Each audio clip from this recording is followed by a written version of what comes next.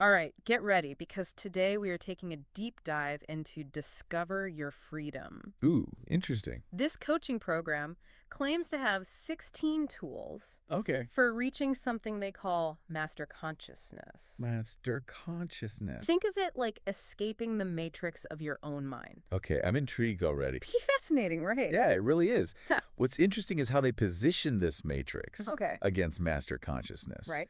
It's as if we're all living with a limited awareness. Mm-hmm. And these tools are the key to unlocking a much deeper level of freedom. So we're going from programmed autopilot Yeah, to true awareness. exactly. Okay, I'm already intrigued. Yeah, But before we jump into the tools themselves, sure. let's explore this matrix versus master consciousness idea a little more. Well, they describe the matrix as this state Okay. where our thoughts and reactions are essentially programmed by things like upbringing, societal norms, you name it. Yeah. We're not truly seeing things clearly because we're operating on preset patterns. Like we're stuck in a loop, And you not think- realizing we have other choices. Exactly. Master consciousness, on the other hand, is about waking up from that. Mm-hmm. It's being aware of those programmed responses Okay. and choosing to detach from them. That makes sense. Yeah. But how do we actually get there? That's where these 16 tools come in, right? yes. And they've got some pretty interesting names. Yeah, they do. Conscious breathing, Hmm. liberation from negative communication, Right. even contact with your inner energy field. It's quite the toolkit. Yeah. And you'll notice many of these tools have roots in ancient practices. Okay. Meditation, connecting with nature, that sort of thing. Right. But they're presented here in a very modern, almost strategic way. So it's not just airy-fairy stuff. There's a practical element to it. Exactly. Well, with 16 tools on the table, where do we even begin? Yeah. What if we start with conscious breathing? Okay, sure. That seems pretty foundational. Great choice. This one really highlights how the program emphasizes the mind-body connection. Mm-hmm. Conscious breathing, as they describe it, is deep Okay. pelvic breathing.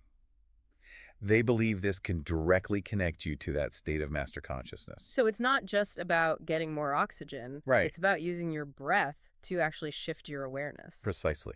They even provide a detailed exercise. Mm. You lie down, focus on relaxing different parts of your body, and then breathe deeply into your belly. Okay. Letting it rise and fall with each breath. Mm-hmm. They recommend doing this for 5 to 10 minutes several times a day. Now, I know deep breathing can be calming. Yeah. But to actually change your state of awareness, that's a pretty big claim. It is. What's the science behind that? Well, think about the vagus nerve. Okay. It plays a huge role in regulating our stress response. Mm-hmm. And studies have shown that deep, slow breathing can directly stimulate the vagus nerve, Okay. helping to calm the nervous system and shift us out of that fight or flight mode. So there's a physiological basis for this. Right. It's not just wishful thinking. Exactly. By consciously controlling our breath, we can influence our nervous system Mm-hmm. and, in turn, our mental and emotional state. Fascinating. So with conscious breathing, Mhm. we're not just calming the mind, we're potentially tapping into that deeper awareness they call master consciousness. That's the idea. Okay. And this is just one tool. Hmm. There are 15 more, Right. each offering a different angle for achieving that same goal. Okay, I'm ready for more. All right. What's another tool that jumps out at you? I'm drawn to liberation from negative communication. Okay. It speaks to the idea of protecting your mental space Mm-hmm. and recognizing how external influences, especially language, Right. can affect us. This is where things get really interesting. Yes. They talk about being mindful of certain words, should, Yeah. shouldn't, not well. Words that they say can program us with limiting beliefs without us even realizing it. It's a subtle form of manipulation, often unintentional. Right. But the program argues that it can have a significant impact on our self-perception and the choices we make. So it's not just about negativity, it's about how language can subtly control us. How do they suggest we deal with that? Yeah. Do we just cut off everyone who uses these words? Not quite. Yeah. They offer a few techniques. One is to mentally add, it can be true, and it cannot be true to anything you hear, and then finish with, it doesn't matter. It's almost like creating a mental shield. That's an interesting approach, not necessarily refuting what's being said, Right. but just taking away its power. Yeah. But could focusing so much on language manipulation Yeah. make us overly sensitive or even paranoid in social situations? That's a good question. Yeah. It's certainly a balancing act. Hmm. The goal isn't to become hypervigilant or distrustful of everyone. Right. It's more about developing awareness and choosing which messages you allow to influence you. So it's about developing awareness and choosing which messages you allow to influence you. So it's about taking back control of your mental space. Exactly. And this ties back to the core idea of master consciousness, Hmm. moving from a reactive state to one of conscious choice. All right, I'm seeing how this all connects.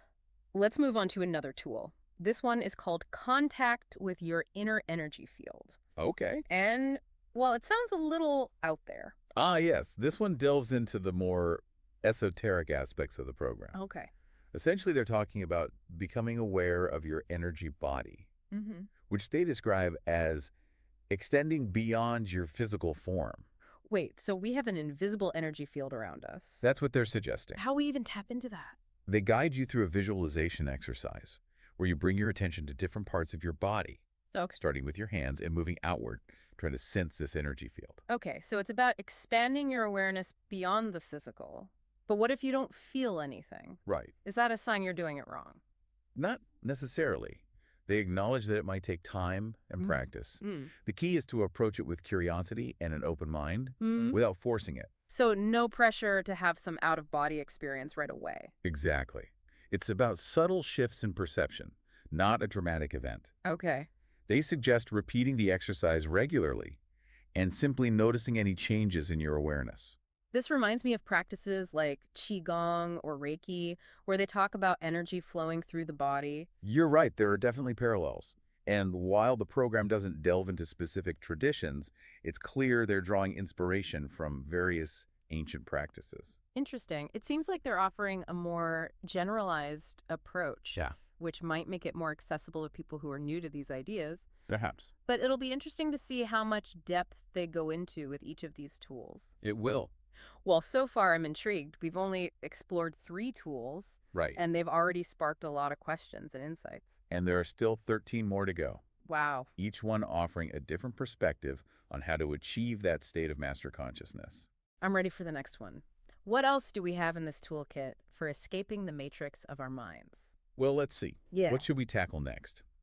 It's amazing how each of these tools offers a unique pathway to that same end goal. Yeah. It's like they're giving us a whole map with different routes Mm-hmm. to the same destination. Exactly.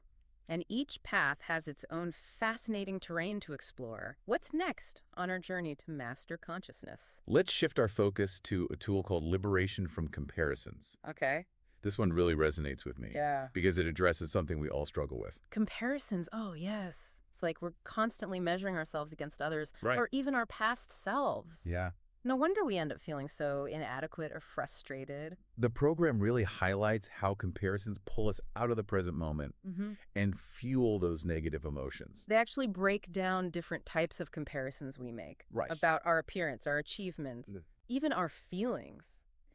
It's eye-opening to realize just how pervasive these comparisons are in our thoughts. And they emphasize that it's not about suppressing those comparisons, Okay. but about simply observing them without judgment. Right? The goal is to detach from them altogether. Easier said than done, right? It is. But imagine the freedom that comes with releasing those constant comparisons. It's a powerful shift in perspective. Yeah. And if you find yourself getting caught up in a comparison, Okay. they suggest focusing on your breath, bringing you back to the present moment. It's about choosing to focus on your own growth and progress, Mm-hmm. rather than getting sidetracked by external measures of success. That makes sense. Shifting your attention instead of getting caught in the mental tug of war. It's like choosing to step off the treadmill of comparison and Right. finding a different path altogether. Exactly. And speaking of labels, that ties in perfectly with another tool, liberation from labeling.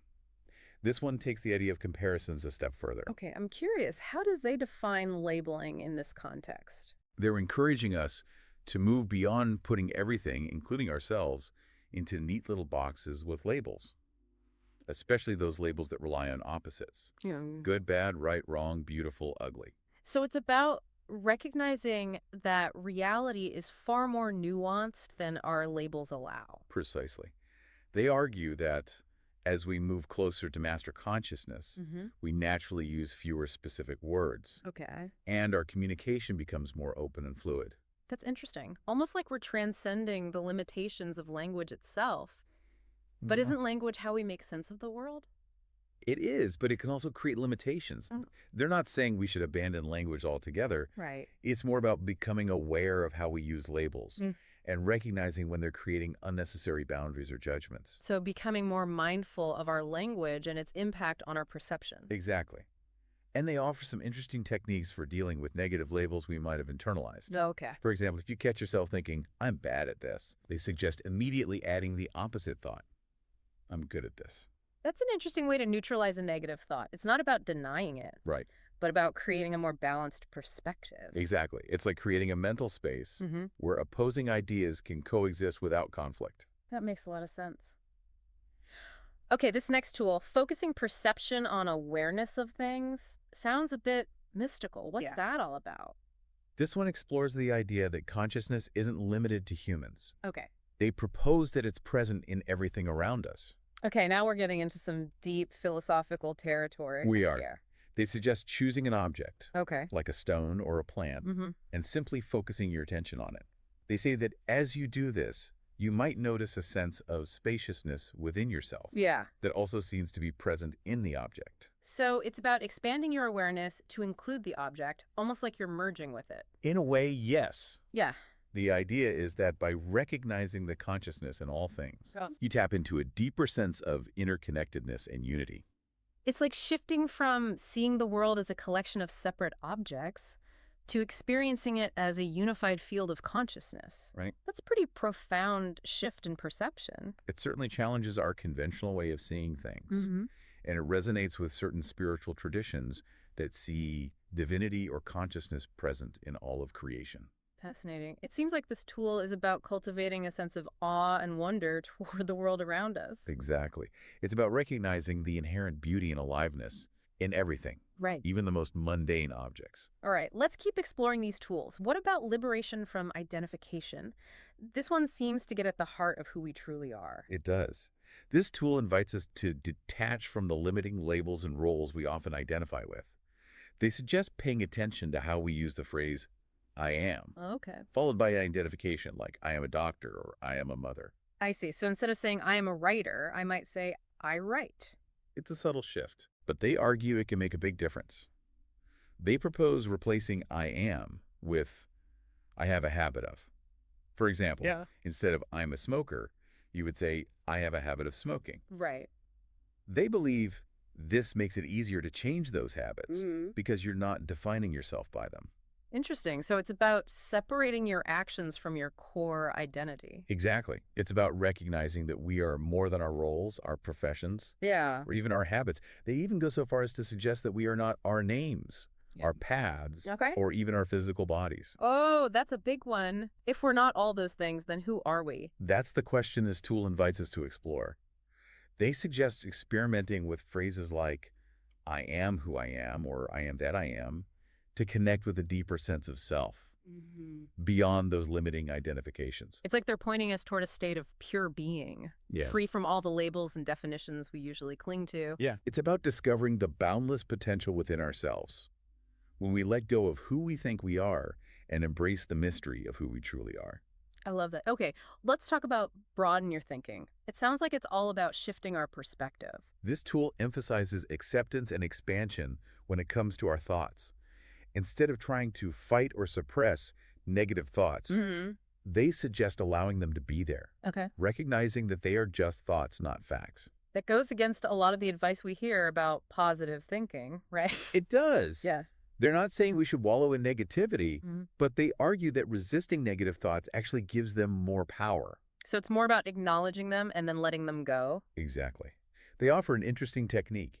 Instead of trying to replace a thought like, I can't do this, with a positive affirmation like, I can do this, they suggest adding a neutral, expansive thought like, it's okay, or doesn't matter. It's almost like you're taking the emotional charge out of the negative thought by putting it into a broader context. Exactly. They believe that by broadening our thinking in this way, we detach from those negative thoughts and open ourselves up to new possibilities. So instead of getting stuck in a narrow tunnel of thinking, Mm-hmm. You're expanding your field of vision to see a wider range of options and perspectives. Yes. That makes sense. They also suggest that if you find yourself struggling with negative thoughts, Yeah. you can engage in activities that naturally broaden your perspective. Yeah. Listening to music, spending time in nature, Mm-hmm. creative pursuits. It's like shifting your energy and attention to something that helps you feel more expansive and connected. Exactly. This tool highlights the importance of self-care and finding healthy ways to manage our emotions. All right, let's dive into resolving inner conflicts. We've all been there, Yeah. feeling torn between different choices, Yeah. pulled in opposite directions. How does this tool help us navigate those internal struggles? It offers a brilliant approach to decision-making Okay. when faced with conflicting desires. They suggest first creating space for all those thoughts and feelings to exist. Okay. Instead of trying to force a decision or convince ourselves that one option is better, Right. they encourage us to embrace and thinking rather than or thinking. So instead of feeling like you have to choose one or the other, you hold both possibilities in your mind at the same time. Exactly. It's about acknowledging the validity of all your desires and recognizing that there may not be a right or wrong choice. But how do you actually make a decision then? If everything is valid, Right. how do you choose a path? They believe that by broadening our thinking in this way, Mhm. we relax and connect with our inner wisdom. They suggest trusting that the best decision will emerge naturally when we release the need to control the outcome. It's like they're saying that the answer is already within us. We just need to create the space for it to reveal itself. It's a beautiful approach, Right. one that emphasizes self-compassion and trust in our own inner guidance. I love that. Okay, one more tool before we wrap up this part of our deep dive. Right. Let's explore connection with nature. This one seems especially relevant in our increasingly digital world. This tool highlights the profound impact that nature has on our well-being and our ability to connect with master consciousness.